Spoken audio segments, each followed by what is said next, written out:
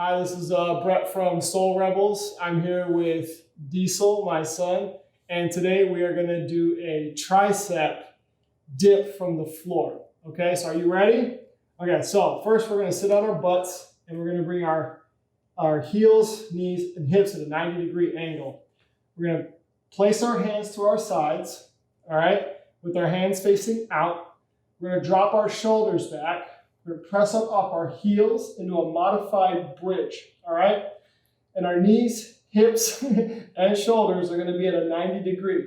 And from here, we're going to hinge at the elbows so our butt gets close to the ground and press up. And press up. That's right. And then we'll come back down. Back down. And that's a dip bridge. That is a dip bridge. All right, tricep dip floor bridge.